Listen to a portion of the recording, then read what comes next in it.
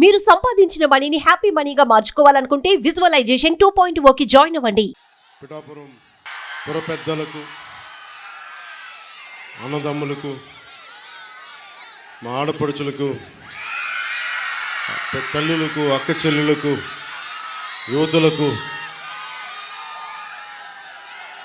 హృదయపూర్వక నమస్కారం. మా జనసేన నాయకులందరికీ, పిఠాపురం నియోజకవర్గ నాయకులందరికీ, రాష్ట్రం నుంచి వచ్చిన జనసేన నాయకులందరికీ, నాతో పాటు వేదికని పంచుకున్న కూటమి విజయానికి తోడ్పడ్డ భారతీయ జనతా పార్టీ నాయకులకు, కృష్ణరాజు గారికి, తెలుగుదేశం పార్టీ మాజీ ఎమ్మెల్యే, తెలుగుదేశం నాయకులు అహిర్నిశలు కష్టపడి కూటమి విజయానికి కారకులైన వర్మ గారికి, మీరందరి ఆశీస్సులతోటి ఈ రోజున పార్లమెంటులో జనసేన కూటమి తరపున జనసేన నుంచి గళం వినిపిస్తున్న ఉదయ్ శ్రీనివాస్ గారికి, వేదిక పైన ఉన్న పెద్దలందరికీ, తుమ్మల బాబు గారికి నా హృదయపూర్వక నమస్కారం. అఖండ విజయంతో 2019లో ఇదే సెంటర్లో అప్పుడు మన జనసేన అభ్యర్థికి ఓటేయమని మిమ్మల్ని అభ్యర్థించాను. మీరు ఓట్లేసి నిలబెట్టారు. పార్టీ ఉనికిని చాటారు. 2019లో 2024కి మీరిచ్చిన బలం, పిఠాపురం ఇచ్చిన బలం దేశ రాజకీయాల్లోనే మాట్లాడుకునేలా చేసింది. పిఠాపురం ఇచ్చిన బలం, ఒక్కడి విజయం. జనసేన అధ్యక్షుని ఇక్కడ పంపించడం మేము గెలిపించుకుంటాం. ప్రజలు ఒక్క మాట అంటే మీరొక్కరు, మీ గెలుపు మా పిఠాపురం మాది బాధ్యతని మీరు తీసుకున్నందుకు నేను కూటమి అభ్యర్థుల అందరి విజయానికి నేను కృషి చేశాను. మీరొక్కరు, ఒక్క నియోజకవర్గం ఒక నాయకుడు వెన్నంటి ఉంటే ఈ రోజున 164 స్థానాల్ని కైవసం చేసుకొని కన్నీ వీని ఎరుగని రీతిలో ఎన్ని దశాబ్దాల ఆంధ్రప్రదేశ్ రాజకీయ చరిత్రలో ఇంత ఘన విజయం ఎవరు చూడలేదు. దానికి బీజాలు ఇక్కడి నుంచే పడ్డాయి, పిఠాపురం నుంచే పడ్డాయి. మీరు ఇచ్చింది మామూలు శక్తి కాదు. నేను ఎంత ఉవ్విళ్ళూరిపోయానో. గెలుపు పిఠాపురంలో కూటమి తరపున జనసేన ఆధిక్యతలో ఉంది. పవన్ కళ్యాణ్ మనకి మెజారిటీ ఇంత అని చెప్తా ఉంటే మీకొచ్చి 2 చేతులు ఎత్తి నా హృదయపూర్వకమైన ధన్యవాదాలు తెలుపుకోవాలి మీ అందరికీ. అనుక్షణం ఉవ్విళ్ళూరాను. కానీ నేను ఒక కూటమిని కీలకంగా భారతీయ జనతా పార్టీ అగ్రనాయకత్వంతో సంప్రదింపులు జరిపిన వాడిని, కూటమిని ముందుకు తీసుకెళ్ళిన వాడిని కాబట్టి నాకు బాధ్యతలు ఎక్కువైపోయాను. ఢిల్లీ వెళ్ళాను, అందరినీ తీసుకెళ్ళాం, అందరితో మాట్లాడాం. మనకి ఏమేం కావాలి, ఎలాంటి పరిస్థితుల్లో ఉన్నాం వివరించే పరిస్థితులతో పాటు నాకు నిజానికి చెప్పాలంటే నేను ఎమ్మెల్యేగా కూడా అసలు నేనేం అనుకోలే. నా కర్తవ్యం ఒకటే, తల్లి డొక్కా సీతమ్మ చనిపోయి ఏ పుణ్యలోకాల్లో ఉంది, కానీ ఆకలిని ఎవరన్నా తల్లి డొక్కా సీతమ్మ నాకు ఆకలేస్తుంది అన్నం పెట్టి ఉంటే అందరూ బయటకు వచ్చేవారు. ఆవిడొచ్చి ఆకలిన్న ప్రతి కడుపు నింపేది. అదే స్ఫూర్తితోటి కష్టంలో ఉన్న మన సగటు మనిషికి నిలబడాలి అన్న తపన తప్ప దాంట్లో పదవులు వస్తాయా, అధికారం వస్తా నేనేం ఆశించలే. కానీ ఈ రోజున ఉప ముఖ్యమంత్రి ఇక్కడ ఎమ్మెల్యేగా గెలిపించడమే కాకుండా నేను కోరుకొని ఉప ముఖ్యమంత్రి స్థానాన్ని కూడా మీరు మనస్ఫూర్తిగా వచ్చినందుకు దానికి ఆ విజయాన్ని మీకే అంకితం చేస్తున్నాను. ఎమ్మెల్యేగా గెలిపించారు. మీరు ఇచ్చిన స్ఫూర్తిని తీసుకొని పిఠాపురంలోనే పవన్ కళ్యాణ్ని గెలిపించాలి అంటే జనసేన ఉన్న ప్రతి చోట మనం తీసుకున్న తక్కువ సీట్లే 100% గెలవాలి అని ఒక్క పిలుపునిస్తే భారతదేశంలో ఎన్ని స్థానాలు గెలుచుకున్నది ఎంత న్యూస్ అయిందో లేదో తెలియదు కానీ ఇన్ని దశాబ్దాలు 21 సీట్లు పోటీ మన అసెంబ్లీ స్థానాలు 2 పార్లమెంట్లు 23 స్థానాలకి 23 స్థానాలు 100% స్ట్రైకింగ్ రేట్ 100% గెలుచుకోగలిగామంటే మీరు ఎంత బలంగా నిలబడ్డారో ఈ రోజున. దేశం మొత్తం ఒక చరిత్ర అయింది అది. భారతదేశపు రాజకీయ చరిత్రలో ఇలాంటి అద్భుతమైన విజయం ఎవరు చూడలా.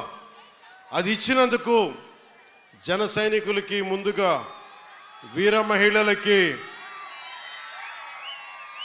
కూటమి నేతలందరికీ, కూటమి కార్యకర్తలందరికీ, అసలు జనసేన అనేది ఎందుకు మాట్లాడారంటే ముందుగా భయంతో ఉండిపోయాం. 2019 నుంచి 2024 వరకు భయంతో ఉండిపోయింది ఈ నేల. 5 కోట్ల మంది ప్రజలు కొద్ది మంది చేతిలో భయపడతారా? ఐపీఎస్లు, ఐఏఎస్లు, అధికార యంత్రాంగం భయపడిపోయే పరిస్థితుల్లో నేను బయటకు వచ్చి నిలబడితే, అన్నా మీతో పాటు మేము ఉన్నామని మా తల్లులు, మా అక్క చెల్లెలు, మా ఆడపడుచులు, మా వీర మహిళలు రౌడీలకు ఎదురొచ్చారు. కేసులు పెట్టించుకున్నారు. అటెంప్ట్ మర్డర్ కేసులు కూడా పెట్టేశారు. ఇక జన సైనికులు మబ్బుల్లో పరిగెత్తే పిడుగులు లాంటి జన సైనికుల గురించి చెప్పక్కర్లా. మీరు ధైర్యం ఇస్తే కొత్త తరమే ఇంత పోటీ చేస్తున్నప్పుడు అనుభవం ఉన్న మన తరం ఎంత పోటీ చేయాలని తెలుగుదేశం నాయకులు బయటకు వచ్చారు. కేంద్రం మనకు అండగా ఉండి మనం ఎంకెంత బాగా పనిచేయాలని చెప్పి భారతీయ పార్టీ జనతా నాయకులు అందరం కలిపి ఈరోజు వచ్చే 164 స్థానాల్ని బలంగా గెలుచుకొని ఒకటే అన్నారు కదా మనల్ని, నువ్వు అసెంబ్లీలోకి ఎలా అడుగు పెడతావు, నువ్వు అసెంబ్లీ గేటును కూడా తాకలేవన్నారు. నేను ఎంత సీరియస్గా తీసుకున్నా నాకు తెలియదు, నేను విన్నా వదిలేశా. కానీ మీరు ఇచ్చిన విజయం పిఠాపురంలో మీరు చాలా సీరియస్గా తీసుకున్నారు. మా వర్మ గారు చెప్పారు, గేటు నెట్టుకొని రావడం కాదు, బద్దలు కొట్టుకొని వస్తాడు పవన్ కళ్యాణ్.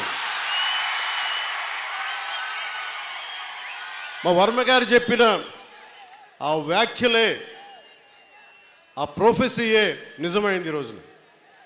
మరి నాకు ఇంత ఘన విజయం ఇచ్చిన మీకు నేను ఎంత రుణగ్రస్తుడిని.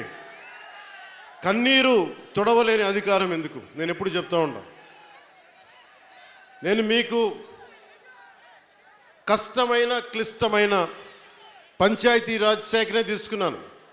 చాలామంది అడిగారు హోంశాఖ తీసుకోండి, లేదంటే ఫైనాన్స్ తీసుకోండి, లేదంటే రెవెన్యూ, ఇట్లాంటివన్నీ మాట్లాడుతున్నా. నాకేమొద్దు. ఈ రోడ్డు గ్రామ స్వరాజ్యం కోసం బాపూజీ కలలు కన్నారు. ఆ కళలు నెరవేర్చడం కోసం నేను పంచాయతీరాజ్ శాఖ తీసుకున్నాను. నేను ఒకటే చెప్పాను అధికార యంత్రాంగానికి అందరికీ మొట్టమొదటి మీటింగ్లో, నాకు లంచాలు అవసరం లేదు, మిమ్మల్ని ఎవరిని డబ్బులు అడగను, నేను ఈ కాంట్రాక్ట్ ఎవరికి ఇస్తున్నారని అడగను. కానీ నేను అడిగేదల్లా ఇచ్చిన కాంట్రాక్టర్ సవ్యంగా పనిచేస్తాడా లేదా, అదొకటే అడుగుతున్నాను. అలాగే ముందస్తుగా చెప్పిన మీటింగ్లో, రివ్యూ మీటింగ్లో ఒకటే అడిగా, నేను ఇప్పుడు దాకా నా జీవితంలో నేను సంపాదించిన డబ్బు అకౌంట్లో కూడా ఎప్పుడు చూడడం. ఖర్చు అయితే ఖర్చు అయింది, ట్యాక్స్ వచ్చే డబ్బులు వచ్చినాయి, ట్యాక్స్ కట్టే ఇంతే పెట్టుకున్నా. కానీ ప్రజల డబ్బు వచ్చేటప్పటికి, మీ డబ్బు అనేటప్పటికి ఎంత ఒళ్ళు ఉంచి పనిచేశానంటే, ఎంత ఒళ్ళు ఉంచి పనిచేస్తున్నాను. ప్రతి రూపాయికి లెక్క అడుగుతున్నా, ప్రతి రూపాయికి. మీ కష్టం అది, మీ స్వార్జితం. తాజ్మహల్ కట్టి నిర్మాణానికి రాళ్ళెత్తిన కూలీలు ఎవరంటారు? ఈ దేశ ప్రగతికి కండలు కరిగించింది ఎవరు? ఈ దేశ ప్రగతికి రక్త మాంసాలని ధారపోసింది ఎవరు? అది ప్రజలు, అది మీరు. అందుకే నాకు బాధ్యత ఉంది. నేను మీకు ఈరోజు నేను చెప్తా ఉన్నాను, ఆ రోజున ప్రమాణ స్వీకారం చేశాను. మొన్న మన కార్యకర్తల సమావేశంలో ప్రమాణ స్వీకారం చేశాను. ఎమ్మెల్యేగా నేను ఈరోజు మళ్ళీ మీ ముందు ప్రమాణ స్వీకారం చేస్తున్నాను. పవన్ కళ్యాణ్ అనే నేను భారత రాజ్యాంగానికి కట్టుబడి నన్ను అఖండ మెజారిటీతోటి గెలిపించిన నా పిఠాపురం పుర ప్రముఖులకు, పెద్దలకు, ప్రజలకు, యువకులకు, ఆడపడుచులకు, తల్లులకు, యువతులకు, ప్రతి ఒక్కరికి, అన్ని వర్గాల వారికి, ఎస్సీ, ఎస్టీ, బీసీ, ఓసీ, అన్ని మతాలు, ఇస్లాం, క్రిస్టియానిటీ, అన్ని కులస్తులందరికీ నేను హామీ ఇస్తున్నాను.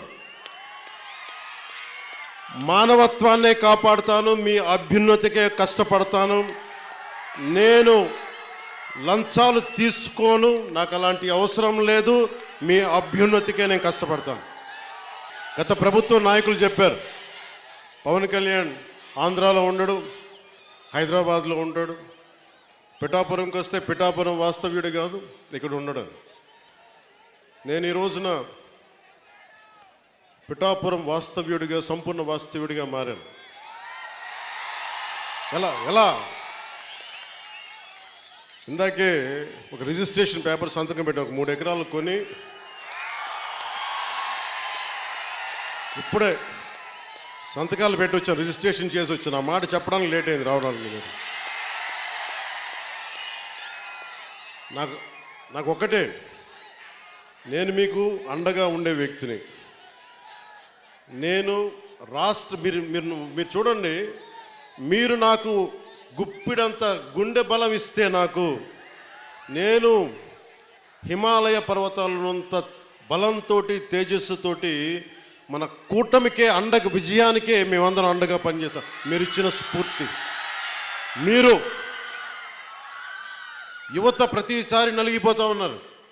మన వెళ్తా అన్న మాకు ఉద్యోగాలు లేవు, ఐటీ పరిశ్రమలు తీసుకురా అన్న, మాకు పరిశ్రమలు తీసుకురా. ఇందాక వెళ్తే దారి పొడవునా మాకు నీళ్ళు రావట్లేదు. పక్కనే కేంద్రం పథకంతో వచ్చే నీటి పథకాలు ఉన్నా కానీ పక్కనే 50 అడుగులు కూడా లేని పక్కనే ఉన్న గ్రామానికి నీళ్ళు రావట్లా. వీటి వెనక కావాల్సింది అధికార యంత్రాంగాన్ని కొంచెం ప్రేమగా మాట్లాడి, బాధ్యతగా మాట్లాడి, గౌరవంగా మాట్లాడే పనిచేసే నాయకత్వం కావాలి. నేను అధికారులకి, మన నాయకులందరికీ ఒకటే చెప్పాను, నేను ప్రభుత్వ ఉద్యోగి కొడుకుని, ప్రభుత్వ ఉద్యోగులకి మేము గౌరవిస్తాం.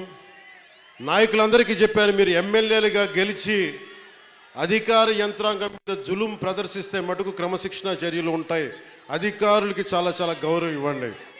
ఒకవేళ తప్పేదైనా ఉంటే అది మాట్లాడే విధానం వేరే ఉంటుంది. కానీ మీరు గత ప్రభుత్వం నాయకుల్లాగా దౌర్జన్యపూరితంగా బెదిరిస్తే పార్టీ పరంగా క్రమశిక్షణ చర్యలు ఉంటాయని చాలా రివ్యూ మీటింగ్లో చాలాసార్లు చెప్పాను నేను వారికి. ఎందుకంటే నోరు మంచిదైతే ఊరు మంచిది అవుద్ది అంటారు. నేను ఒక అధికారి దగ్గరికి వెళ్ళి మీకు నీటికి రావాలి అంటే చొక్కా పట్టుకునో బూతులు తిడితే ఎవరు మాట్లాడతారు? మాట్లాడాలి, వాళ్ళ కష్టం కూడా అర్థం చేసుకోవాలి, వారి కష్టాలను కూడా అర్థం చేసుకునే మాట్లాడాను. అందుకని నేను ప్రప్రథమంగా మీకు ఇచ్చిన హామీలు తాగునీరు, సాగునీరు, విద్య, వైద్యం, ఉపాధి అవకాశాలు.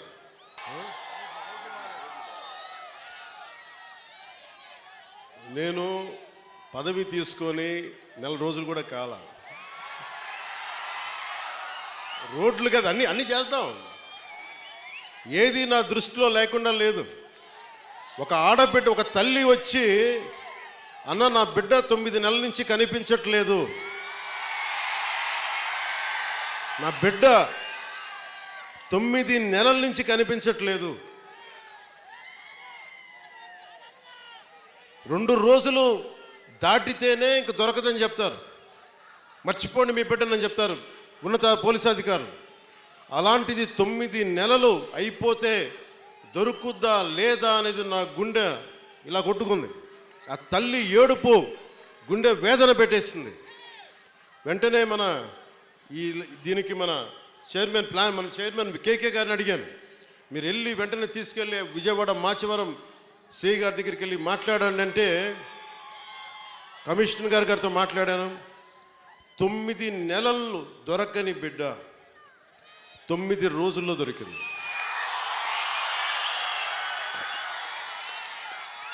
నేను ఈ 9 రోజులు నవరాత్రులాగా అయిపోయినాయి నాకు. ఆ బిడ్డ దొరుకుద్దా లేదా తల్లిని ఒకటే వేడుకున్నా. తల్లి ఒక ఇంట్లో పెంచిన ఆడబిడ్డ ఎటు వెళ్ళిపోయిందో తెలియదు. ఆ బిడ్డ దొరికే వరకు చూడు తల్లి అని చెప్పి ప్రతిరోజు రాత్రి ప్రార్థించాడు. నా ప్రార్థనలు ఆంధ్రప్రదేశ్ పోలీస్ శాఖ సమర్థత, ధైర్య సాహసాలు, వారి అపార నైపుణ్యం కేరళలో చూశారు, బెంగళూరులో చూశారు. ఎక్కడ భీమవరం, ఎక్కడ విజయవాడ, ఎక్కడ జమ్మూ అండ్ కాశ్మీర్. ఆ బిడ్డ జమ్మూ అండ్ కాశ్మీర్లో దొరికింది. జమ్మూ అండ్ కాశ్మీర్ పోలీసు వెళ్ళి తీసుకొచ్చారు. ఇదే 30,000 మంది ఆడబిడ్డలు అదృశ్యం అయిపోతే ఒక్కరు మాట్లాడలే గత ప్రభుత్వం. మీరు ఎందుకు చెప్తున్నానంటే, మీరు పిఠాపురం పెద్దలు, యువత, సమస్త ప్రజానీకం, తల్లులు, ఆడపడుచులు ఒక్క వ్యక్తి వెంట మీరు నడిస్తే, మేమందరం కలిసి ఒక కూటమినే గెలిపిస్తే, మీరిచ్చిన బలం 9 నెలలు దొరకక, బిడ్డ దొరకక, ఆచూకీకి దొరకక, కడుపు ఉండలు జుట్టుకుపోయి పడుతున్న ఒక మాతృమూర్తికి మీరు ఆనందం కలిగించారు. మీరు ఇచ్చిన నిలబడినందుకు మీకు జోహార్లు, మీకు మీ అందరికీ ధన్యవాదాలు. అంటే ఇది 9 నెలలు దొరకంది 9 రోజుల్లో దొరకగలిగింది అంటే పోలీసింగ్లో తప్పు లేదు, వ్యవస్థని నడిపించే నాయకత్వంలో తప్పు ఉంది. సరైన నాయకత్వం గనక రాష్ట్రాల్లో ఉంటే ఇలాంటి సమస్యలు చాలా తక్కువలో ఉంటాయి. నా దాకా మొన్న ఉన్నతాధికారితో మాట్లాడుతున్నా, మీ దాకా వచ్చి దాదాపు ఒక ఐజీ స్థాయి అధికారి చెప్తా ఉన్నారు, మీ దాకా వచ్చి సమస్య పరిష్కారం అయిందంటే కింద స్థాయిలో వ్యవస్థలు సరిగ్గా మీ అంత బలంగా పనిచేయట్లేదు, అది మేము కూడా సరిదిద్దుకోవాలని ఒక ఐజీ స్థాయి అధికారి చెప్తుంటే నాకు నిజంగా చాలా ఆనందం కలిగింది. ఆ మార్పు వచ్చింది. ఒక్కొక్క ఎమ్మెల్యేకి నాకు 70,000 నేను అనుకున్నాను, అందరూ అనుకున్నారు. పిఠాపురంలోనే పవన్ కళ్యాణ్ నెంబర్ 1 మెజారిటీ వస్తుందని అందరూ చెప్తా ఉంటే ఏమో అనుకున్నా. నేను ఒకటే అనుకున్నా, గెలిపిస్తే సంతోషం అనుకున్నా. సో మీరు 70,000 ఓటు పైచులకు ఇచ్చారు. నేను అడిగాను, సార్ ఇదే ఎవరో వచ్చారు నా దగ్గరికి, మీదే నెంబర్ 1 మెజారిటీ అవుతుందని అడుగుతా ఉంటే అడిగాను, మొన్న అన్నారు కదా ఇప్పుడేంటి పరిస్థితి అంటే, సారీ సార్ మీది కాదు, అటంతా వైజాగ్, ఉత్తరాంధ్ర ఏ మూలకెళ్ళినా 30,000 తక్కువ, 10,000 అసలు కనీసం 10,000 తక్కువ, ఎవరికి మెజారిటీలు తక్కువ లేవు. అది కనిష్టం. ఒక్కొక్కరికి 90,000, 98,000 ఏదో ఒక ఎంపీ ఎలక్షన్లా చేశారు. అంటే ఎంత నిలబడ్డారు ఈ రాష్ట్ర ప్రజానికం, రాష్ట్ర యువత ఎంత విసిగిపోయారు గత ప్రభుత్వం మీద. మీ కోపం, మీ ఆవేదన రక్తం చిందించకుండా ప్రజాస్వామ్య విధానాల ద్వారా ఒక విప్లవాన్ని తీసుకొచ్చారు. ఒక అరాచక ప్రభుత్వాన్ని కింద కూలదోసి మీరు మట్టిలో కలిపేశారు. అంటే ప్రజాస్వామ్యం తాలూకా శక్తి, నాయకుల్లో గనక శక్తి సమర్థత ఉంటే అలాంటి 151 స్థానాలున్న ఒక ప్రభుత్వాన్ని, ఒక అరాచక ప్రభుత్వాన్ని 11 స్థానాలకి కుదించారంటే ప్రజాస్వామ్యం తాలూకు అత్యంత గొప్ప లక్షణం అది. మీరు పాల్గొనుంటేనే విదేశాల నుంచి, పక్క రాష్ట్రాల నుంచి రైళ్ళు, బస్సులు, ఎక్కడో హైదరాబాద్ నుంచి, బెంగళూరు నుంచి పిఠాపురం కూడా ఓట్లు మార్పించుకునే వ్యక్తులు ఉన్నారు. ఎందుకంటే మేము ఉన్నాం ఇక్కడ, బంధువులు మనకు వాళ్ళకి ఇల్లు వదిలేసి వెళ్ళిపోయారు వేరే ఊర్లకి, తిరిగి వచ్చి వాళ్ళ స్వస్థలాలకు వచ్చి పిఠాపురంకి వచ్చి మాకు 5 ఓట్లైనా సరే మా 5 ఓట్లు మేము ఇక్కడ రిజిస్టర్ చేయించుకుంటామని చెప్పి రిజిస్టర్ చేయించుకొని కూటమికి నిలబడ్డారు.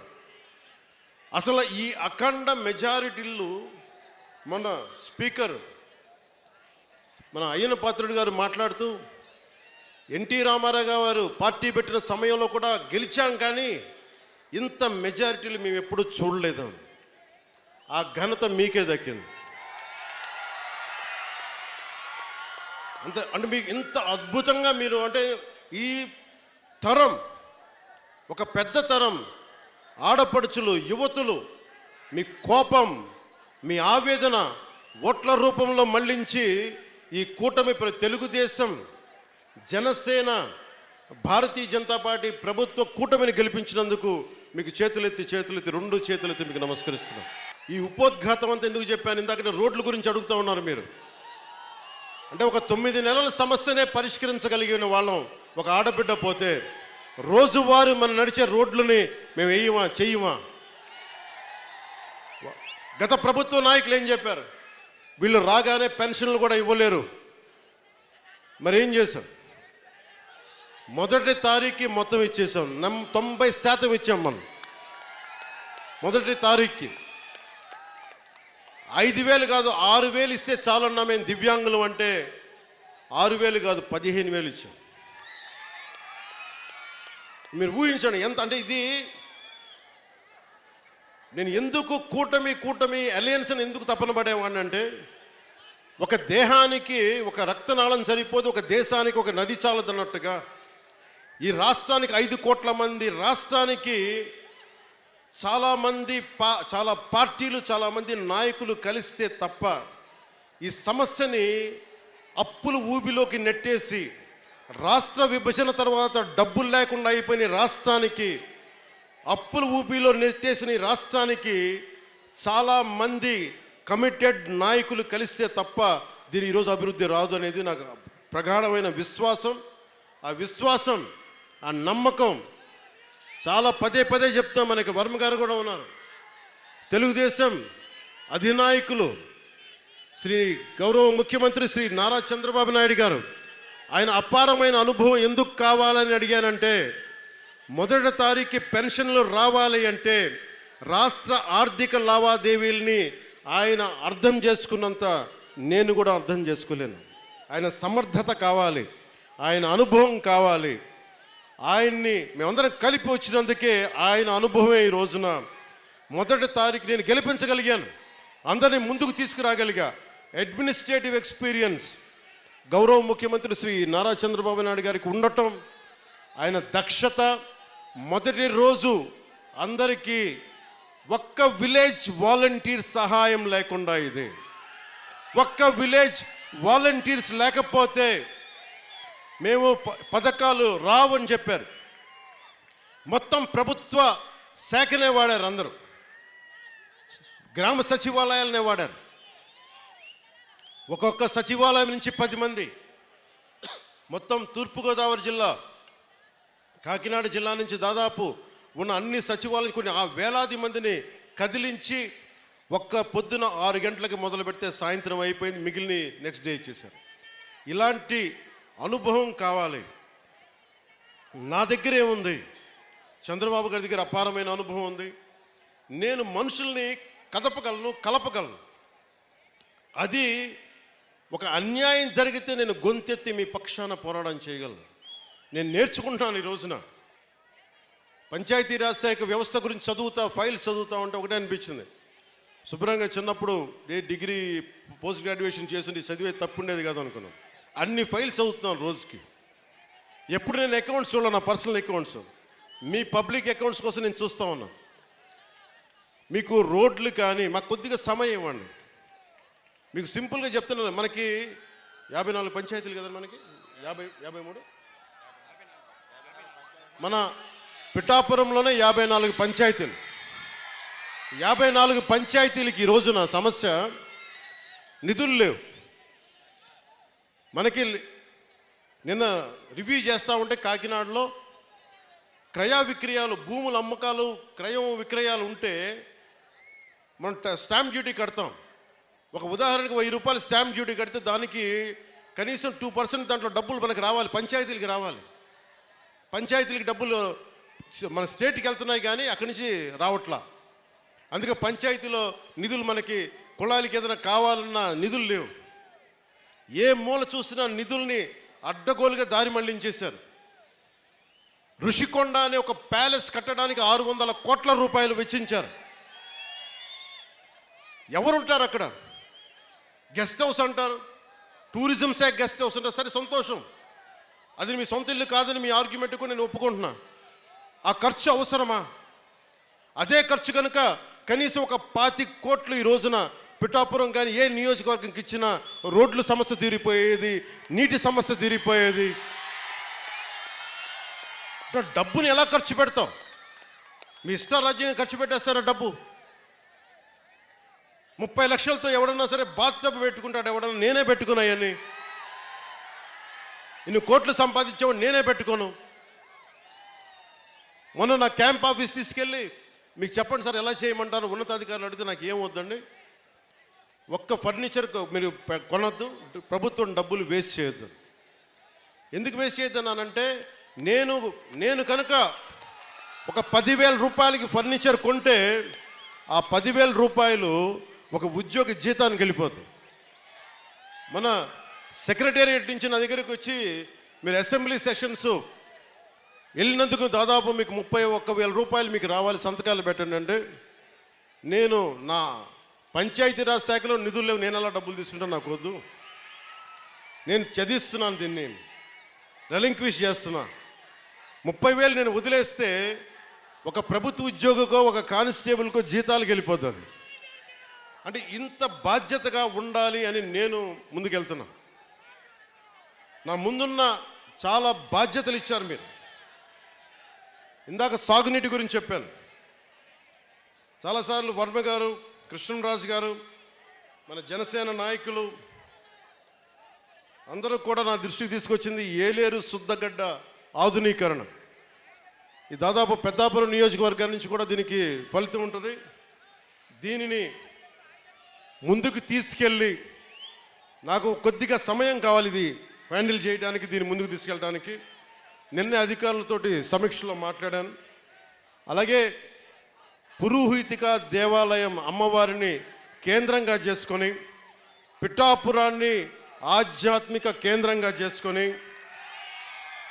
టెంపుల్ సర్క్యూట్, టెంపుల్ టూరిజంని డెవలప్ చేస్తాను. మొన్నే అడగండి, ప్రధానమంత్రి గారిని కలిశారు.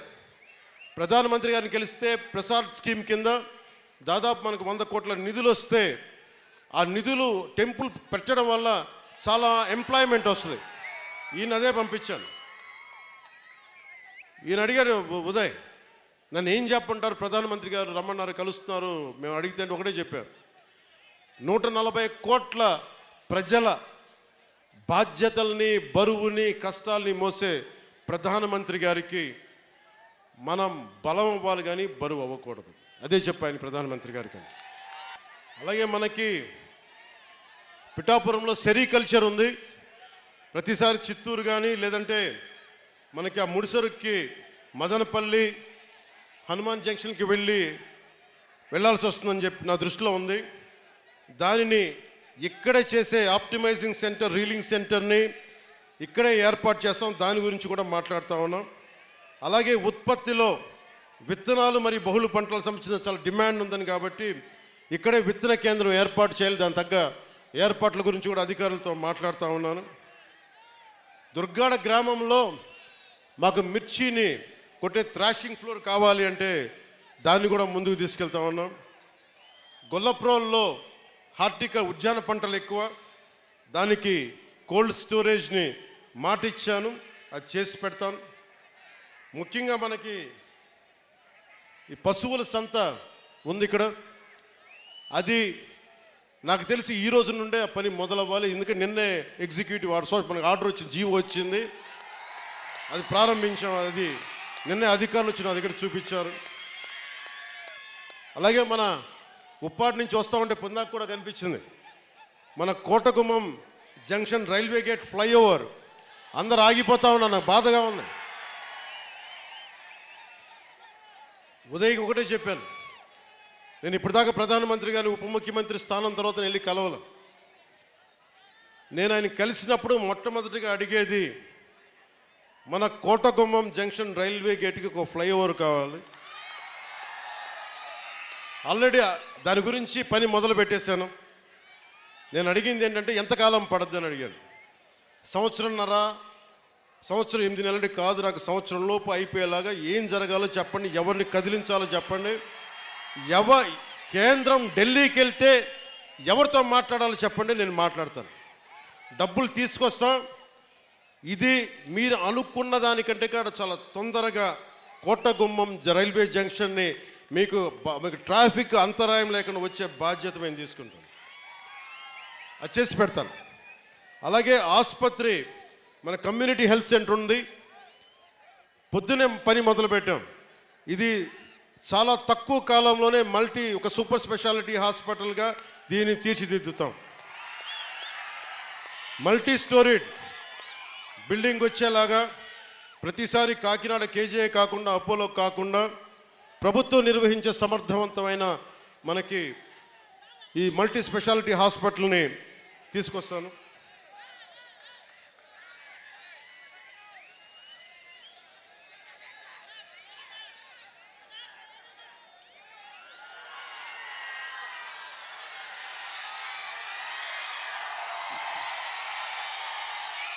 పొద్దున్నే ఉప్పాడ తీర ప్రాంతం కోతకు గురవుతా ఉందని వెళ్ళి చూసి వచ్చాం. అసలు మనకున్న ఈ సముద్ర తీరానికి సంబంధించి కేంద్ర రీసెర్చ్ ఇన్స్టిట్యూట్ ఒకటి ఉంది, వారితో కూడా సమీక్ష చేశాను. సరిగ్గా 18 నెలల లోపు ఆ తీరం కోతకు గురయ్యేది ఆపి మనం ఉప్పాడ నుంచి కాకినాడ వరకు అత్యంత అందమైన ఒక కోస్టల్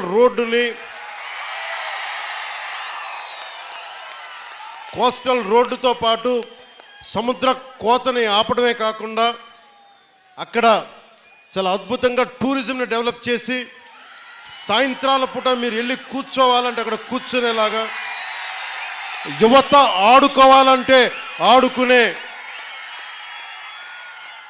క్రీడలకు సంబంధించినవి కానీ దానిని టూరిజంగా చేస్తే ఏమవుతుందంటే సర్వీస్ సెక్టార్ డెవలప్ అవుద్ది, యువతకి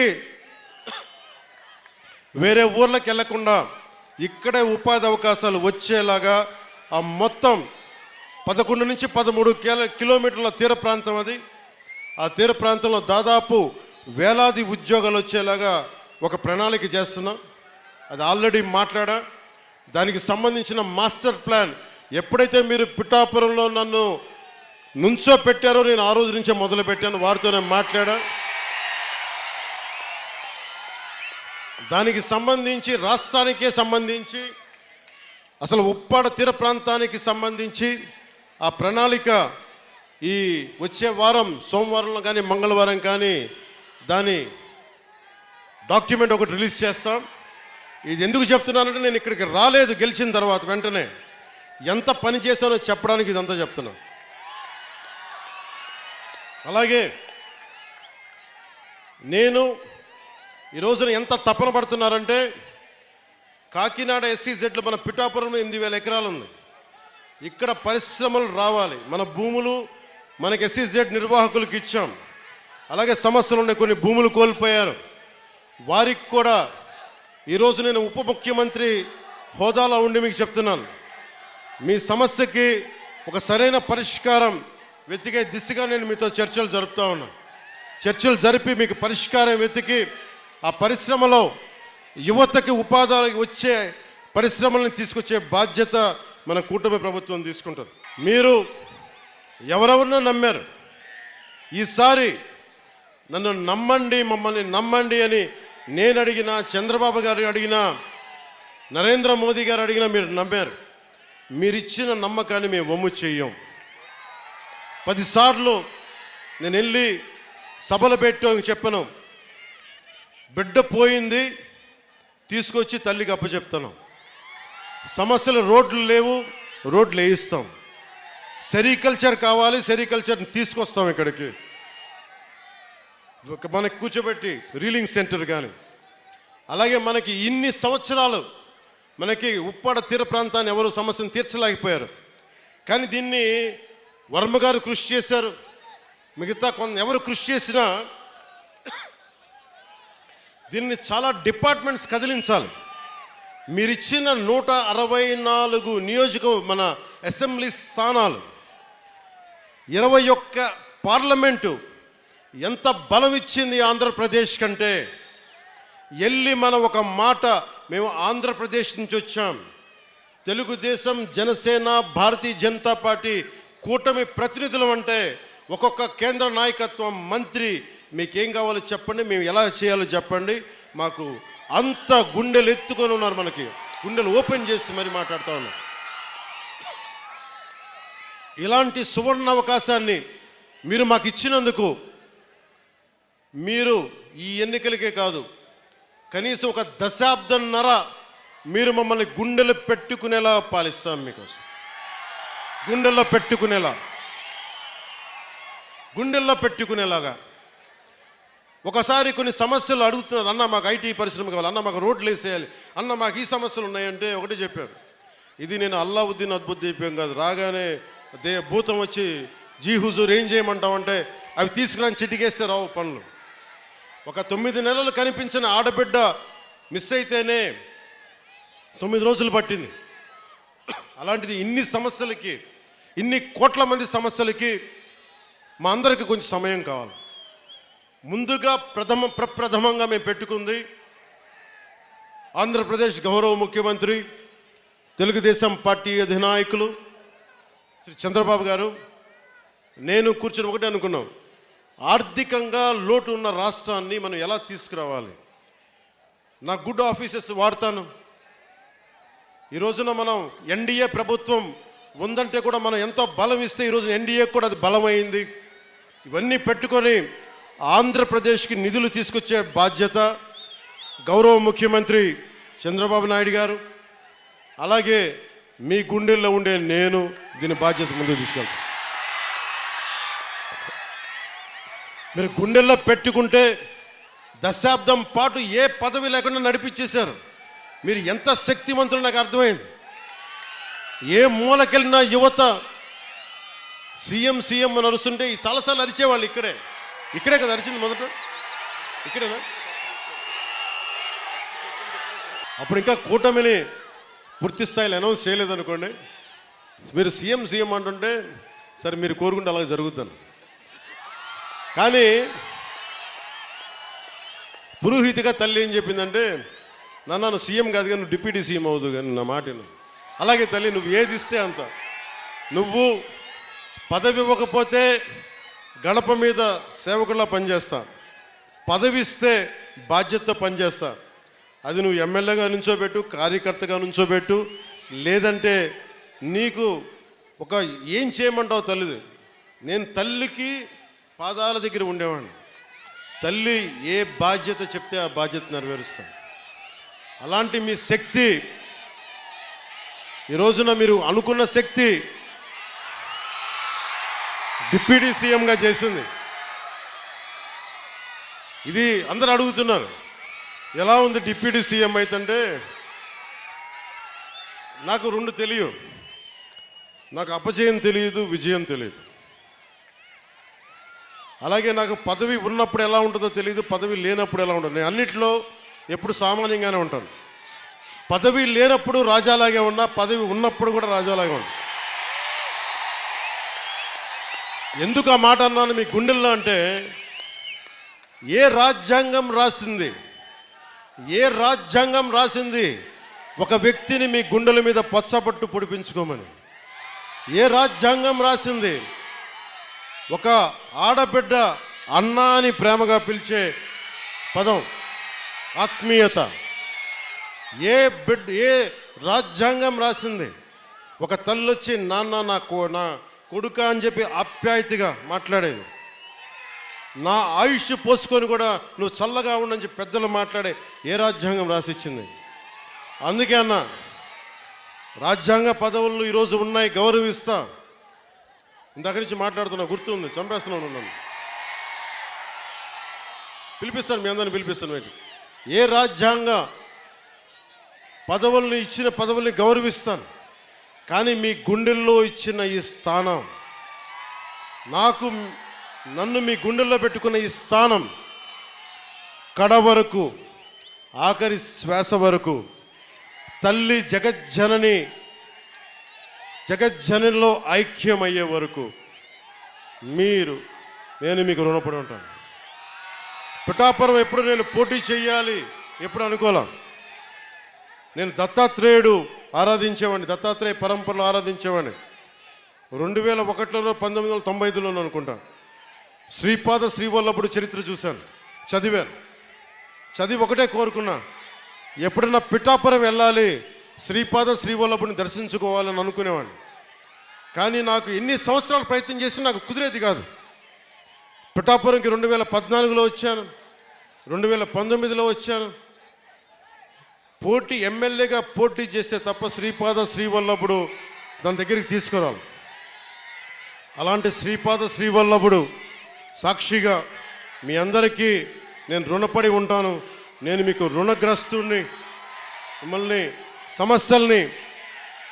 మీ సమస్యల్ని మా గుండెల్లో పెట్టుకుంటాం. మేము ఒక్కరం కాదు, ఇక్కడ పెద్దలు వర్మ గారు ఉన్నారు, యువ నాయకులు కృష్ణరాజు గారు ఉన్నారు, జనసేనకి ముందుండి నడిపిస్తున్న జనసేన నాయకులందరూ పేరు పేరున ఉన్నారు. మనకి మర్రెడ్డి శ్రీనివాస్ గారు ఉన్నారు, వీర మహిళలు ఉన్నారు, ప్రతి మండలానికి చెందిన నాయకులు ఉన్నారు. మేమందరం సమిష్టిగా, అలాగే ఉదయ్ శ్రీనివాస్ ఎంపీగా ఉన్నారు, మేమందరం సమిష్టిగా పనిచేసి ఈ 5 సంవత్సరాలు అయిపోయే లోపు మళ్ళీ కూటమి గెలుపు 29 కాదు 28కే పోటీ చేయడం కూడా వేస్ట్ అనిపించుకోలేక అంత అభివృద్ధిని చేసి పెడతాం, అంత పని చేసి పెడతాం, అంత బలంగా పనిచేస్తాం. నాకు కొన్ని సమస్యలు ఉంటే, కొన్ని చేయలేని పరిస్థితులు మీ దగ్గరికి వచ్చి జవాబుదారీతనంతో ఉన్న వ్యక్తిగా నేను మీకు చెప్తాను, ఈ పని అనుకున్నాం, ఈ పని ఎట్లా అవుతుంది, ఎప్పటికప్పుడు దాని ప్రోగ్రెస్ మీకు తెలియజేస్తా అని తెలియజేసుకుంటూ, నాకు విద్య, వైద్యం, ఉపాధి, సాగునీరు, తాగునీరు ఈ సమస్యలన్నింటికీ చాలా క్రమబద్ధమైన విధానాలతోటి ఒక ప్రణాళిక రూపొందించాం, దాన్ని ముందుకు తీసుకెళ్తామని తెలియజేసుకుంటూ, పిఠాపురంలో మీకు చెప్పాను ఇందాకే, సాయంత్రం రిజిస్టర్ చేశాను ల్యాండ్ అని. త్వరలోనే అక్కడ నా ఇల్లే కడతాను, ఆఫీస్ కూడా కడతాను, క్యాంప్ ఆఫీస్ ఇక్కడ కడతాను. 1 ఎకరం స్థలం, 1 ఎకరం 2 ఎకరాల స్థలం, పార్టీ ఆఫీస్. ఈరోజు నాకు బాధగా ఉంది, రోడ్ల మీద ఉండిపోతూ ఉన్నారు. జనసేన ఆఫీస్కి రావాలి అంటే ముందు వాకిళ్ళు తెరిచి ఉండాలి, అందుకే నాకు 2 ఎకరాల స్థలం పెట్టండి, ఎవరు వచ్చినా ముందుకు రావాలి. ఇలా ఉండాలి కనీసం. మా హక్కు ఇది జనసేన ఆఫీసు. కానీ చిన్న ఆఫీసులు అయిపోతే ఏమనిపిస్తుంది, దూరం నుంచి ఉంటారు. ఇంత ప్రేమగా వచ్చిన మీకు గేట్లు తెరిచి జనసేన మిమ్మల్ని వచ్చి రా అని చెప్పేలాగే 1 ఎకరం 2 ఎకరాల స్థలం, మీరు వచ్చి సాయంత్రాలు కూర్చున్నా నాకు ఇబ్బంది లేదు, మాట్లాడుకునే ఇబ్బంది లేదు, ఇలా రోజు మాట్లాడుకునే నాకు ఇబ్బంది లేదు. అలాగే చాలామంది పిటిషన్స్తో వస్తూ ఉన్నారు. ఈరోజు ఒక 5 మందిని నేను అపాయింట్ చేశాను ఇక్కడి నుంచి రాకముందే. వారి చేత పిటిషన్లు తీసుకుంటా ఉన్నా. ప్రయారిటీ ఒకటే చెప్పాను, ఎవరైనా సరే మెడికల్ సంబంధించిన సమస్యలు వస్తే దాని ప్రయారిటీ తీసుకోండి. అలాగే లా అండ్ ఆర్డర్ సమస్య, ఏమైనా కిడ్నాపింగ్లు జరిగినా, దాడులు జరిగినా అది ప్రయారిటీ తీసుకోండి. అలాగే విద్యార్థులకి ఏదన్నా కష్టాలు, ఏదైనా విద్యకు సంబంధించి ఉంటే అది ప్రయారిటీ తీసుకోండి. అలాగే యువతకి ఉపాధి అవకాశాలు అంటే ప్రభుత్వ ఉద్యోగాలు వచ్చే లోపు మన మద్దతుదారులు, మన తెలుగుదేశం నాయకులు ఉన్నారు, తెలుగుదేశం పార్టీ మద్దతుదారులు ఉన్నారు, కృష్ణరాజు గారు ఉన్నారు, వర్మ గారు ఉన్నారు. ఇవన్నీ కాకుండా కూటమికి నిలబడ్డ చాలామంది పెద్దలు ఉన్నారు. వారందరి కంపెనీల్లో జాబ్ మేళా ఇక్కడే పెట్టుకుందాం, వారిని పిలిపిస్తాను. మన ఉదయ్ శ్రీనివాస్ ఉన్నారు, చాలామంది ఢిల్లీ నుంచి పిలిపించి జనసేన ఆఫీస్లో యువతకి మీకు స్కిల్ ఉంటే వచ్చి మీరు జాబ్ మేళా ఇక్కడే పెడతారు. మీరు వచ్చి మీ సమర్థత ప్రతిభని బట్టి మీరు ఉద్యోగాలు ఇక్కడే సెలెక్ట్ అయ్యేలాగా, మీరు ఎన్నుకోబోయేలాగా బాధ్యత కూడా తీసుకుంటాం ప్రభుత్వ ఉద్యోగాలు వచ్చే లోపు. ఇలాంటివన్నీ ముందుకు తీసుకెళ్తున్నాం. నాకు కనీసం ఒక్క 2 నెలలు ఒక క్వార్టర్ సమయం కావాలంటే కనీసం క్వార్టర్ అంటే గత ప్రభుత్వం క్వార్టర్ కాదు, బ్యాంక్ క్వార్టర్ అంటే 3 నెలలు. ఆ మందు ఇంకా అమ్ముతున్నారా వాళ్ళు? ఇంకా అమ్ముతున్నారు. అబ్కారీ శాఖ మంత్రి కొల్లు రవీంద్రబాబు గారిని అడగాలి దీని పరిస్థితి. ఇంకా వాళ్ళు మందు అమ్ముతున్నట్టున్నారు కదా ఇంకా. అంటే మరి ఏదో కొత్త మధ్య విధానం తీసుకొచ్చే వరకు తప్పదు అనుకుంటాం. దొరకట్లేదండి. సరే, ఈ లోపు దయచేసి ఎవరన్నా తాగాలని మైండ్ సెట్తో ఉంటే దయచేసి దాన్ని ఆరోగ్యాలు కాపాడుకొని తాకండి. అదొకటి నా విన్నపం. మీకు అందుబాటులో ఉండేలాగా నేను నిరంతరం రావడానికి ఒకేసారి నా మీద అందరం మీద పడిపోతే కష్టమైపోతుంది. అందుకని కొంచెం పెద్ద స్థలమే తీసుకున్నాను. మీరు రాకపోకలకి ఇబ్బంది లేకుండా భారతదేశం మొత్తం జనసేన 21 సీట్లు గెలిస్తే భారతదేశం అంతా ఎలా చూసిందో పిఠాపురం అభివృద్ధి భారతదేశానికి ఒక మోడల్ లాగా అయ్యేలా. ఒక్కళ్ళు కాదు ఇక్కడ నేను ఒక్కనే కాదు, పెద్దల వర్మ గారు ఉన్నారు, కృష్ణరాజు గారు ఉన్నారు, ప్రతి మండలానికి ఉన్న మన జనసేన నాయకులు ఉన్నారు, ఇన్ఛార్జిగా బాధ్యతలు తీసుకున్న మర్రెడ్డి శ్రీనివాస్ గారు ఉన్నారు. మీరు దమ్ముండి ఇక్కడే పిఠాపురంలో వచ్చిన మెజారిటీతో ఈ అబ్బాయి గెలిచేశాడు. దాదాపు 70 ఇక్కడే 1,00,000 ఓట్లు వచ్చేసిన అబ్బాయి. అండ్ ఇప్పుడు మనం జనసేన రికగ్నైజ్డ్ పొలిటికల్ పార్టీ.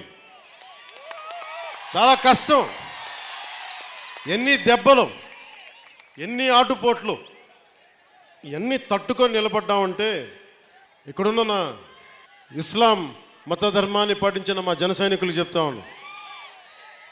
వెళ్ళి ఇక్కడ బంగారు పాపమ్మ దర్గా ఉంటుంది. నా గురువు సనాతన ధర్మాన్ని పాటించే గురువు ఆయన చెప్పింది ఎంత గొప్ప వ్యక్తి అంటే, ఆయన చెప్పింది వెళ్ళి అక్కడ బంగారు పాపమ్మ దర్గా ఉంటే దాన్ని దర్శించాం, అక్కడ చాలా శక్తి ఉంది, దండం పెట్టుకు వెళ్ళి ఆశీర్వాదాలు కావాలి అంటే నేను వెళ్ళి లోపలికి వెళ్ళి కూర్చుంటే నుంచున్నాను. ఇంతే ఉంది స్థలం, అపారమైన శక్తి ఉంది అక్కడ, ప్రశాంతత వచ్చింది, దీవెన వచ్చింది. అలాగే ఆంధ్ర బాప్టిస్ట్ చర్చ్కి వెళ్తే, మనకి వెనకాల ఉన్న ఆంధ్ర బాప్టిస్ట్ చర్చ్కి వెళ్తే చాలా అద్భుతమైన ప్రార్థనలతోటి ఆ క్రీస్తు సూక్తాలు మనకి స్తుతులతోటి ఆ ప్రార్థన జరిగినందుకు ఆ చర్చ్ ఫాదర్స్ అందరికీ కూడా పెద్దలకి నా 2 చేతులెత్తి నేను వారికి నమస్కరిస్తున్నాను. నేను వారాహి తల్లి వ్రతం చేసిన ఇస్లాం ధర్మాన్ని గౌరవిస్తాను. నిన్న నా స్నేహితులతో చెప్తా ఉన్నా, బైబిల్లో మా టీచర్ అమ్మ చెప్పేది, శిరోమణి టీచర్ అని, ఆవిడ క్రిస్టియన్ ధర్మాన్ని పాటించే టీచర్. ఆవిడ చెప్పిన వాక్యాలు గుర్తుండిపోయినాయి. తనను తగ్గించుకున్నవాడు హెచ్చింపబడును అంటే నాకు ఇష్టం ఆ వాక్యం. అది పాటించాను అనుకుంటా. 60 సీట్ల పోటీ చేద్దాం అనుకుంటే లేదు 40 చాలు, 40 కాదు అంటే సరే 35 కూడా కాదు 25 కూడా కాదు 21 అంటే 21 మొత్తం గెలుపు దేశం మొత్తం మాట్లాడుకునేలా చేసింది. అంటే ఇది బైబిల్ సూక్తి గుర్తొచ్చింది. ఒక బైబిల్లో ఉన్న సూక్తి ఎంత గొప్పది అంటే, తనని తగ్గించుకుంటే హెచ్చింపబడతావంటే ఇంతకు మించిన సాక్ష్యం ఏం కావాలి? 21 స్థానాలకి నువ్వు పోటీ చేస్తే 100కి 100% గెలిచి దేశమంతా మాట్లాడుకునేలా చేసిందంటే ఆ బైబిల్ సూక్తి ఎంత గొప్పదో మా టీచర్కి, ఆ శిరోమణి టీచర్కి, ఆవిరికి నా పాదాభివందనాలు. ఆ తల్లి ఏ లోకాల్లో ఉంది. ఉప్పాడ సభకు పెట్టుకున్నప్పుడు నేను చాలా బలమైన కొన్ని దశాబ్దాలుగా సనాతన ధర్మాన్ని గౌరవించే వ్యక్తిని, పాటించే వ్యక్తిని. వారాహి తల్లి వ్రతం చేస్తున్నా, బొట్టు పెట్టుకున్నా, నా ప్రియ సోదరులు పాటించే ఇస్లాం మతానికి అంతే గౌరవిస్తాను. నా అన్నదమ్ములు, మా అక్క చెల్లెళ్ళు పాటించే క్రీస్తు ధర్మానికి నేను అంతే ప్రాణం ఇస్తాను. భగవంతుణ్ణి మనం రకరకాలుగా ప్రార్థించుకోవచ్చు. ఒకరు అల్లా అనొచ్చు, నేను ఈశ్వరి తల్లి వారాహి అనొచ్చు, మీరు జీసస్ అనొచ్చు. అన్ని దారులు భిన్నమైన దారులు ఒక దారికి చేరటానికి అని తెలియజేసుకుంటూ సర్వ మతాలు సమ్మేళనం ఈ నేల తల్లికి, పిఠాపురం నేల తల్లికి మొక్కుతూ మీ అందరికీ దారి పొడవుతా ఇక్కడ అభినందనలు పలికిన ప్రతి ఒక్కరికి, అన్ని మండలాల్లోని ప్రజలకి, 53, 54 పంచాయతీల ప్రజలకి, అన్ని మండలాల ప్రజలకి రెండు చేతులెత్తి మీకు శిరస్సు వంచి నేను నమస్కరిస్తున్నాను. ఈ మేలు మర్చిపోలే, గుండెల్లో పెట్టుకుంటాం. మీరు గర్వించేలాగే పనిచేస్తాను, కష్టపడే పనిచేస్తాను. నా విజయం కోసం ఎక్కడెక్కడి నుంచో వచ్చిన పని చేసిన ప్రతి ఒక్కరికి పేరున కొన్ని లక్షల పేర్లు ఉన్నాయి, పేరు చెప్పలేకపోతున్నాను, కానీ నాకు అందరి పేర్లు నా గుండెల్లో ఉన్నాయి. మీ అందరికీ పేరున నా ధన్యవాదాలు. జన సైనికులు, మా ఆడబిడ్డలు, వీర మహిళలు, గృహిణులు, పెద్దలు, ఏం తిరిగారు మీరు, ఏమి తిరిగారు?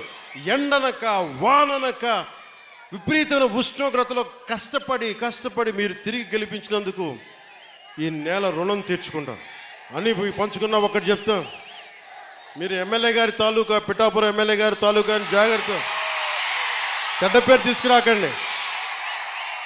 పోలీస్ అధికారులు, ఆర్టీఓ అధికారులు ఆపి మీ నెంబర్ ప్లేట్ ఏదంటే మా పిఠాపురం తాలూకా అని చెప్పకండి, కొడతారు, నన్ను తిడతారు. అలాగే 1 వేలో వెళ్ళిపోతా ఏంటి ఇదంటే పిఠాపురం తాలూకా ఎమ్మెల్యే మాకు, అలా కాదు. మనం పాటించకపోతే ఎట్లా? అందరూ చట్టాలు పాటించాలని చెప్పే స్థితిలో ఉండి మనం కూడా చట్టాలను పాటించాలి. మీరు సరదాగా హుషారుగా చేయండి. అప్పుడప్పుడు కావాలంటే నాకు 2 ఎకరాల స్థలం ఉంది కదా, అక్కడ వచ్చి మీరు కావాలంటే బైక్ వేసుకుని తిరగండి. కావాలంటే మీకు కావాలి ఒక మడ్ రేస్ పెడతాను, అక్కడ ఓ బైక్ రేస్ పెడతాం. మీరు కొంచెం అక్కడ ఆడుకుని దెబ్బలు తగలకుండా హెల్మెట్లు, బాడీ ఆర్మర్ ఇచ్చి మీరు తిరగండి. మీరు బాగుండాలనే కదా మేము అందరం చేసేది. సో మీరు ఆరోగ్యంగా ఆరోగ్యాలతో ఉండాలి, మీరందరూ ఆరోగ్యాలతో ఉండాలి. చిన్నపిల్లలందరికీ ఉన్నతమైన జీవితం ఉండాలి. వచ్చే తరం కోసం పనిచేస్తున్నాం. ఓజీయా సినిమాలు చేసే టైం ఉందంటారా? ఎలాగా మాట ఇచ్చాం కాబట్టి ముందు ఒక 3 నెలలు మీ కనీసం మీరు నన్ను తిట్టకూడదు, కనీసం ఒక్క రోడ్డు గుంతలు కూడా వేయలేదని తిట్టకూడదు కదా మీరు నన్ను. కనీసం గ్రామాలకి కొత్త రోడ్ల కంటే ముందు రోడ్లు గుంతలు పూడ్చి, పాట్ హోల్స్ పూడ్చి, మళ్ళీ మీరు తిట్టకూడదు కదా. నిన్ను ఎన్నుకుంటే మళ్ళీ నువ్వు వెళ్ళి ఓజీ చేస్తామని మనని క్యాజీ అంటే నేను ఏం చెప్పను. ఒక భయంతో మా నిర్మాతలు కూడా చెప్పాను, కొంచెం క్షమించాలి, మా ఆంధ్ర రాజ్య ప్రజలకి మేము కొంత కనీసం సేవ చేసుకొని కుదిరినప్పుడల్లా ఒక 2 రోజులు 3 రోజులు మీకు షూటింగ్ చేస్తాను, ఎక్కడ పనికి అంతరాయం రాకుండా. ఓజీ చూద్దరు కానీ బాగుంటుంది. అలాగే మీరు చెప్తున్నాను, దయచేసి మీరు మనం గెలిచాం కదా అని చెప్పి గత ప్రభుత్వ నాయకుల్ని కానీ వారి కార్యకర్తల్ని కానీ దయచేసి దాడులు కానీ ఇవన్నీ చేయకండి, వారిని హింసించకండి. కనీసం సోషల్ మీడియాలో పోస్టులు కూడా పెట్టకండి. వాళ్ళు చేసిన తప్పు మనం చేయదు ఎవరిని. ఎందుకంటే మరీ చట్టాలని అధిగమించి కొంతమంది చేసి ఉండొచ్చు, అది పెద్దలు పివి నరసింహారావు గారు చేసినట్టుగా చట్టం తన పని చేసుకుపోతుంది. అందుకని మనం మటుకు దయచేసి ఎవరిని కక్ష సాధింపు చర్యలకి తీసుకురాకండి, అది మనకి మంచిది కాదు, మనం చేయొద్దు. అందుకని మీ అందరికీ సర్వం ఇప్పుడు సుఖం కలగాలి, మీరందరూ క్షేమంగా ఇంటికి వెళ్ళాలి. నాకంటే వయసులో ఉన్న మీ ఇంట్లో ఉన్న పెద్దలందరికీ నా పాదాభివందనాలు తెలియజేయండి. మా జనసేన నాయకులందరికీ పేరున ధన్యవాదాలు తెలుపుకుంటూ, ప్రత్యేకించి వర్మ గారికి 2 చేతులెత్తి నా కృతజ్ఞతలు తెలుపుకుంటూ, మా కృష్ణరాజు గారికి కృతజ్ఞతలు తెలుపుకుంటూ, మర్రెడ్డి శ్రీనివాస్ గారికి నా కృతజ్ఞతలు తెలుపుకుంటూ, వారిని ఒకటే అడిగాను, నేను అందరినీ ముఖ్యంగా జన సైనికుల్ని కలుస్తాను, వీర మహిళల్ని కలుస్తాను, నాకు ఆఫీస్ ప్రాంగణం పెద్ద అయ్యే వరకు కొద్ది రోజులు వెయిట్ చేయండి. నేను మిమ్మల్ని అందరినీ కలిసి మిమ్మల్ని అభినందించి మీకు థ్యాంక్స్ చెప్పుకునే బాధ్యత, మీతో కలిసి భోజనం చేసే బాధ్యత నేను తీసుకుంటాను. అలాగే మా disciplinary committee chairman Shri Ajay గారికి, రాష్ట్ర నలుమూలల నుండి వచ్చిన వీర మహిళలకి, జనసేన నాయకులకి కృతజ్ఞతలు తెలియజేసుకుంటూ, అలాగే తుమ్మల బాబు గారికి నా హృదయపూర్వక ధన్యవాదాలు తెలుపుకుంటూ, మీ అందరికీ పేరు పేరున కృతజ్ఞతలు తెలియజేసుకుంటూ, మాట్లాడటం కంటే కూడా పని చేయడం ఇస్తూ నన్ను పని చేసుకొనివ్వండి. భవిష్యత్తులో మీరు ఇంకొక ఎవరి వైపు చూడాల్సిన అవసరం రాదు. కూటమి తప్ప ఇంకేం కనిపించకూడదు. కూటమే కనిపిస్తాయి. కూటమి ప్రభుత్వం రావాలనే మీరు కోరుకుంటారు. అంతలాగా మేమందరం పని చేస్తాం. నేను మీ అందరికీ తెలుగుదేశం అధినాయకులు, గౌరవ ముఖ్యమంత్రి శ్రీ నారా చంద్రబాబు నాయుడు గారి తరపు నుంచి, వర్మ గారి తరపు నుంచి, కృష్ణరాజు గారి తరపు నుంచి, మర్రెడ్డి గారి శ్రీనివాస్ గారి తరపు నుంచి, నరేంద్ర మోదీ గారి తరపు నుంచి, నా తరపు నుంచి మీ అందరికీ ధన్యవాదాలు, ధన్యవాదాలు, ధన్యవాదాలు. జై టీడీపీ, జై బీజేపీ, జై జనసేన,